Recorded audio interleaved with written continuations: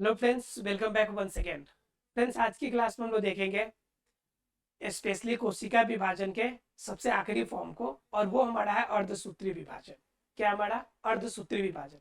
पिछले क्लास में मैंने आपको समसूत्री विभाजन और असूत्री विभाजन के बारे में बताया था आपको, और आज की क्लास में हम लोग जानेंगे समसूत्री विभाजन को, माफ कीजिएगा अर्धसूत्री विभाजन को, कि अर्धसूत्री विभाजन कैसे होता है। अब नाम इसका अर्धसूत्री विभाजन है, अर्धसूत्री विभाजन। ठीक है। एग्जाम में क्या होता है, जनरली एग्जाम में क्वेश्चन पूछता है जो है आपका अर्धसूत्री न लिख के सिर्फ इंग्लिश नेम इसका देता है। जनरली ज्यादा यूज होते हैं आपके इंग्लिश नेम में, तो ध्यान रखिएगा, इसे मियोसिस बोलते हैं हम लोग। क्या बोलते हैं? मियोसिस बोलते हैं। और मियोसिस क्या होता है कि इसमें गुणसूत्र आधा ओढ़ा है, हाफ ओढ़ा है, तो इसे हम लोग क्या कहते हैं कि इसके अंदर दो प्रकार के, इसके अंदर क्या होगी कि जो विभाजन की क्रिया होगी, विभाजन में गुणसूत्रों की संख्या घटेगी। गुणसूत्रों की संख्या का क्या होगा? ह्रास होगा। ह्रास का मतलब क्या होता है भाई? ह्रास का मतलब होता है कि कमी होगा।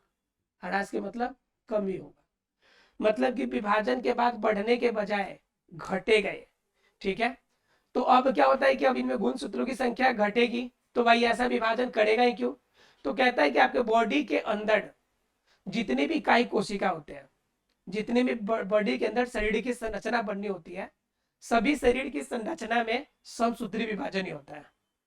लेकिन आपके बॉडी के जहां पर जनन की क्रिया की बात आती है, जहां कहीं भी आपके युग्मक बनने की बात आती है, तो उस कंडीशन में एक ही विभाजन काम आता है, और उस विभाजन को हम क्या कहते हैं? अर्धसूत्री विभाजन के नाम से जानते हैं। क्लियर है आप लोग को? अर्थात कि विभाजन की क्रिया दो तरह की होगी, एक अर्धसूत्री विभाजन और एक आपका समसूत्री मेनली। लेकिन यहाँ पे जो अर्धसूत्री विभाजन होगी, अर्धसूत्री विभाजन के अंदर भी दो प्रकार की विभाजन होगी। देखिए, जो ये अर्धसूत्री विभाजन है, इसके अंदर भी दो प्रकार की विभाजन होगी। ठीक है। एक होगा विषम रूपी विभाजन। कौन सी विभाजन? विषम रूपी, मतलब कि ऑड ऑड कंडीशन वाला आपका होगा। एक होगा समरूपी, समरूपी यानी ऑटोसोमल वाला आपका होगा। ठीक है। ये कौन सा होगा? ऑटोसोमल वाला। ठीक है। अब बात आती है कि आपका विषम रूपी क्या है। विषम रूपी क्या होता है कि जब एक कोशिका आपका द्विगुणित है, अर्थात कि 2n इसके गुणसूत्र है, तो इनसे जो गुणसूत्र बनेगा और उसमें अगर विषम रूपी अगर विभाजन होगा, तो यह बन के क्या हो जाएगा कि यह टूटेगा। और विषम रूपी बनने का मतलब है 2n टूटकर nn के फॉर्म में आ जाएगा। किसके फॉर्म में आ जाएगा? nn के फॉर्म में आ जाएगा। तो इससे हम लोग क्या कहेंगे? इससे कहेंगे इस विभाजन को, गुणसूत्रों की इस विभाजन को हम लोग विषम रूपी विभाजन कहेंगे। क्या कहेंगे? विषम रूपी विभाजन। मतलब कि पहले गुणसूत्र द्विगुणित अवस्था में थी, लेकिन अब जब विभाजन की बात आ गई, तो विभाजन क्या हो गया? विभाजन आपका होने के बाद अगुणित अवस्था में आ गया, अर्थात डिप्लॉयड था अब हैप्लॉयड हो गया। एग्जाम में बहुत बार क्वेश्चन पूछता है कि डिप्लॉयड और हैप्लॉयड क्या है। तो डिप्लॉयड का मतलब सीधे शब्दों में समझिए कि जब गुणसूत्र द्विगुणित अवस्था में हो, मतलब कि जोड़े के रूप में गुणसूत्र होगा, तो उसे हम लोग क्या कहेंगे? उसे बोलेंगे हम लोग डिप्लॉयड। लेकिन जब गुणसूत्र क्या हो आपका, आप क्या कहते हैं, अगुणित अवस्था में हो, तो उससे हम लोग क्या कहेंगे? उससे हम लोग कहेंगे हैप्लॉयड। ठीक है। अर्थात डिप्लॉयड और हैप्लॉयड से। ठीक है। और जब भी याद रखिएगा कि युग्मक का इस्तेमाल जो होता है हमेशा किस फॉर्म में होगा? हैप्लॉयड के फॉर्म में होगा। किसके फॉर्म में होगा? हैप्लॉयड के फॉर्म में होगा। क्लियर है? तो याद रखना है कि आपको हैप्लॉयड वाला कंडीशन में ही ये आएगा। ठीक है। इनसे जब भी बनेगा कोशिका विभाजन विषम रूपी होगा, तो उनसे कोशिकाएं कैसी बनेगी? हैप्लॉयड बनेगी। लेकिन जब हैप्लॉयड अगर बन जाएगा, तो बनने के बाद जो ये एन वाला कंडीशन आ गया है, इस एन वाले कंडीशन का फिर से विभाजन होगा, और इसमें क्या होगा कि एन वाले का बटेगा, तो इनके अंदर फिर कोशिका विभाजन होगी समरूपी, और इनसे जब टूटेगा तो टूट कर दोनों के दोनों क्या बनेंगे? अगुणित अवस्था में बनेंगे। क्या बनेंगे? अगुणित बनेंगे। और इस स्ट्रक्चर को हम किस नाम से जानते हैं? तो ये कौन सा स्ट्रक्चर बनेगा? ये स्ट्रक्चर बनेगा एन अर्थात की अगुणित अवस्था में ही बनेंगे। तो इससे हम लोग समरूपी के रूप में जानेंगे। इसे क्या कहेंगे? समरूपी विभाजन के रूप में जानेंगे। क्लियर है सबको? तो ऐसा फ्रेंड्स सबका क्लियर हो गया होगा, किसी को इसमें डाउट नहीं है कि आपका अर्धसूत्री विभाजन दो फेज में होगा, एक विषम रूपी में होगा और एक समरूपी में होगा। विषम रूपी में होगा तो द्विगुणित टूट के अगुणित में बदलेगा, और समरूपी होगा तो अगुणित टूटेगा और फिर इसका अगुणित ही रहेगा। क्लियर है? मतलब एक कोशिका टूटेगी तो एक कोशिका से कुल कितने कोशिका बनेगी? 4 नई कोशिका बनेगी। कितनी कोशिका बनेगी? 4 नई कोशिका का निर्माण होगा। ठीक है, एक कोशिका अगर टूट गई तो 4 नई कोशिका बनेगी। जैसे हमने देखा था समसूत्री में, तो समसूत्री में एक टूटता है तो सिर्फ 2 बनता है, 2 नई कोशिका बनेगा, 2 नई कोशिका बनेगा। लेकिन जब अर्धसूत्री विभाजन होगा तो उसमें 4 नई कोशिका बनती है। क्यों? क्योंकि इसके अंदर कोशिका का 2 बार विभाजन होता है। कोशिका का विभाजन कितना बार होता है? कोशिका का 2 बार विभाजन होता है। और 2 बार विभाजन जब कोशिका का होगा तो कंफर्म है कि इनके अंदर जो केंद्रक होंगे वो केंद्रक भी कितना बार विभाजित होगा? केंद्रक भी 2 बार विभाजित होते हैं। बात समझ में आ रही है? 2 बार विभाजित होंगे। क्लियर है सबको? यानी कोशिका के अंदर विभाजन की क्रिया 2 बार, और इनके अंदर केंद्रक का विभाजन भी कितना बार? 2 बार विभाजन होती है। तो यह विभाजन की क्षमता क्या कहलाती है? अर्धसूत्री विभाजन। और जब 2 बार होगा तो एक बार में 2 को बनेगा और दूसरे बार में फिर 2 को बनेगा, तो कुल कितने हो जाएंगे? कुल 4 नई कोशिका आपका बनेगी। कितनी कोशिका बनेगी? 4 नई कोशिका बनकर तैयार होगी। क्लियर है सबको? चलिए अब जानते हैं कि हरास क्रिया विधि जो है, यह गुणसूत्रों की हरास, जो संख्या में हरास हो रही है अर्थात कमी हो रही है, इनके अंदर कौन कौन से फेजेज होते हैं, कितने तरीके से यह विभाजन की क्रिया होती है। अब देखते हैं सूत्री विभाजन में। चलिए देखते हैं इसको। देखिए सूत्री विभाजन के अंदर 4 जो आपकी कोशिका बनती है वह हरास क्रिया विधि क्या होते हैं। ठीक है, यानी हरास विभाजन, अर्धसूत्री विभाजन कहिए इसे, अर्धसूत्री कहिए, या फिर इसके अंदर कहिए कि हरास विभाजन, हरास विभाजन। तो हरास विभाजन की अगर बात कीजिएगा तो सेम स्टेजेस इसके अंदर भी होते हैं, जो हम लोगों ने किसके अंदर पढ़ा था? हम लोगों ने समसूत्री विभाजन के अंदर पढ़ा था। लेकिन उसके अंदर विभाजन की प्रक्रिया कुछ जल्दी होती थी और इनके अंदर विभाजन की क्रिया थोड़ा सा लेट से होती है। तो इनके अंदर भी 4 गो फेज होता है हरास विभाजन में। कौन सा? P M A T. ठीक है, यानी प्रोफेज, मेटाफेज, एनोफेज और टेलोफेज।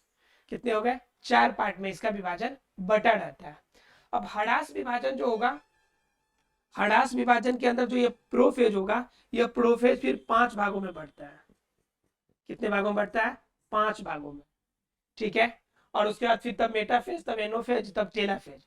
और जब ये हो जाएगा तो इसके बाद फिर से शुरू होगा पी एम ए टी, फिर से शुरू होगा। तो ये सेकेंड फेज शुरू होगा, प्रोफेज 2, मेटाफेज 2, एनाफेज 2 और टेलोफेज 2। बात समझ में आ रहा है? यानी कि पहले बनेगा आपका प्रोफेज, मेटाफेज, एनाफेज और टेलोफेज। ये चारों प्रक्रिया एक बार होगी, तो इसे प्रथम बार बोलेंगे हम लोग। लेकिन ये होने के बाद फिर से एक बार होगी, क्योंकि विभाजन तो 2 बार होनी है, तो उससे हम लोग आएंगे प्रोफेज 2, मेटाफेज 2, एनोफेज 2 और टेलोफेज 2। इसे 2 अलग अलग रूप में हम लोग पढ़ेंगे। तो पहले हम लोग क्या जानेंगे? प्रोफेज, मेटाफेज, एनाफेज और टेलोफेज। यह प्रथम चरण जानेंगे हम लोग। क्या जानेंगे हम लोग? प्रथम चरण, यानी कि फर्स्ट पार्ट इसका जानेंगे कि विभाजन की क्रिया पहले होती कैसे। ठीक है, तो प्रथम विभाजन के अंदर क्या देखने को मिलेगा? हमें प्रोफेज देखने को मिलेगा। और मैंने बताया कि प्रोफेज कितने प्रकार के मिलेंगे आपको? कुल 5 प्रकार के मिलेंगे। ठीक है, तो प्रोफेज का पहला पार्ट लैप्टीन होता है। क्या होगा? लैप्टीन होगा। तो लैटिन के अंदर कुछ भी, लैप्टीन के अंदर कुछ भी ज्यादा कुछ नहीं देखने को मिलता है। इसमें 2 गुणसूत्र धागे के समान दिखेंगे, धागे के समान दिखना शुरू होगा, धागे के समान दिखेगा। पहला काम लैप्टीन के अंदर, तो लैप्टीन के अंदर ज्यादा कुछ नहीं होना है, यह सिर्फ आपको स्पष्ट दिखाएगा कि गुणसूत्र जो होंगे धागे के समान स्ट्रक्चर दिखना शुरू हो गया। दूसरे पेज की बात कीजिएगा तो जाइगोटीन, दूसरा पेज क्या आपका? जाइगोटीन। अब जाइगोटीन में क्या होगा कि इसके अंदर यह जो धागा के समान स्ट्रक्चर बनेगा, इसमें जो गुणसूत्र एक जैसे होंगे, अर्थात कि समजात गुणसूत्र एक साथ आ जाएंगे। समजात, गुणसूत्र एक साथ आ जाएंगे, यानी एक साथ हो जाएंगे जाइगोटीन में। जाइगोटीन का मतलब होता है युग्मनज बनाना, युग्म बनाना। तो जाइगोटीज में क्या हो जाएगा, समजात गुणसूत्र एक साथ मिल जाएंगे। और लैप्टीन में क्या होगा, दो गुणसूत्र धागे के समान दिखेंगे और दोनों अलग अलग रूप में दिखेंगे। क्लियर है। उसके बाद बात कीजिएगा क्वेश्चन नंबर 3 की, अर्थात कि इसके तीसरे पार्ट की। तो तीसरा पार्ट हमारा क्या कहलाता है, पैक्टीन कहलाता है। क्या कहलाता है, पैक्टीन। पैक्टीन के समय क्या करेगा, गुणसूत्र स्पष्ट दिखेगा आपको, गुणसूत्र अस्पष्ट दिखेगा, अस्पष्ट दिखेगा। और यह जो गुणसूत्र अस्पष्ट दिखेगा, इसके ऊपर आपका छोटा छोटा क्रोमोमियर का लेयर दिखेगा, क्रोमोमियर के कण आपको दिखेंगे। और इनमें आपको सेंट्रोमियर भी नजर आएगा। कौन नजर आएगा, सेंट्रोमियर भी। यानी कि लगभग लगभग सारे स्ट्रक्चर आपको इसमें देखने को मिलेगा, किसमें, पैक्टीन में। अर्थात कि ये क्या करेगा, ये अलग होना चाहता है। अब क्या कहते हैं कि साढ़े कुछ इनके पास दिखने लगे, मतलब ये अलग होना चाहते हैं। ध्यान रखिएगा कि जाइगोटीन है, तो जाइगोटीन के समय आपका आरएनए का संश्लेषण भी हो ही रहा है, आरएनए का संश्लेषण कंटिन्यू है। अर्थात कि प्रोटीन का स्ट्रक्चर बनना शुरू है आपका, आरएनए का संश्लेषण जारी रहेगा।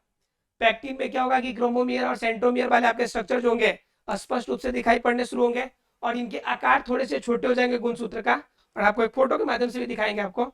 उसके बाद आता है आपका पांचवा बेस, क्या उसको कहते हैं हम लोग, डिप्लोटीन। तीन हुए ना, अब चौथा देख लीजिए इसका, चौथा कहलाता है डिप्लोटीन। चौथा बेस क्या होता है, डिप्लोटीन। डिप्लोटीन में क्या होगा कि सेंट्रोमियर टूटेगा, सेंट्रोमियर टूटेगा, और टूटने के बाद यह अलग होना शुरू होगा, सेंट्रोमियर टूटेगा। और टूटने के बाद जो अंदर का स्ट्रक्चर है वो दोनों तर्कू के समान संरचना बनाएगा। कैसा बनाएगा, तर्कू के समान संरचना बनाएगा, तर्कू के समान संरचना बनाएगा। और तर्कू के समान संरचना जब बना लेगा तो वो दोनों ध्रुव की तरफ भागेगा। संरचना बनाने के साथ साथ ये दोनों ध्रुव की तरफ जाएंगे, दोनों ध्रुव की तरफ, ये सब हो जाएगा। ये चौथा फेज है। और पांचवा जो आखिरी फेज है, इसमें क्या होगा कि इस कंडीशन में जो दोनों उसके तरफ चला जाएगा, तो इनके अंदर एक चीज और देखने को मिलता है कि डिप्लोटीन में जो बाहरी कॉबर्ड है आपका, डिप्लोटीन में जो बाहरी कॉबर्ड है आपका केंद्र कोशिका झिल्ली का, वह नष्ट हो जाता है। अर्थात क्या, इसके अंदर कोशिका झिल्ली का लेयर भी खत्म होगा, झिल्ली का लेयर समाप्त। ठीक है। यहाँ पे समजात गुणसूत्र के अंदर प्रोटीन का आरएनए का संश्लेषण हो रहा था, तो यहाँ पे केंद्रक का साइज बढ़ रहा था, केंद्रिका का साइज बढ़ रहा था, केंद्रिका का आकार बढ़ रहा था। क्योंकि जब आपका आरएनए आपका बढ़ रहा है तो कंफर्म है कि केंद्रिका का आकार भी बढ़ेगा। क्लियर है फ्रेंड्स। यहाँ पे क्या होगा कि कोशिका का झिल्ली का जो लेयर है, कोशिका झिल्ली नहीं, माफ कीजिएगा, केंद्रक झिल्ली, केंद्रक झिल्ली नष्ट होगा, केंद्रक झिल्ली का लेयर जो होगा वह नष्ट होगा। जब केंद्रक झिल्ली का नष्ट होगा तो अगली जो आखिरी पीढ़ी है आपकी, जिसे हम लोग क्या कहते हैं, डाइकोन्स, क्या कहते हैं, डाइकिनेसिस, क्या कहते हैं इसे,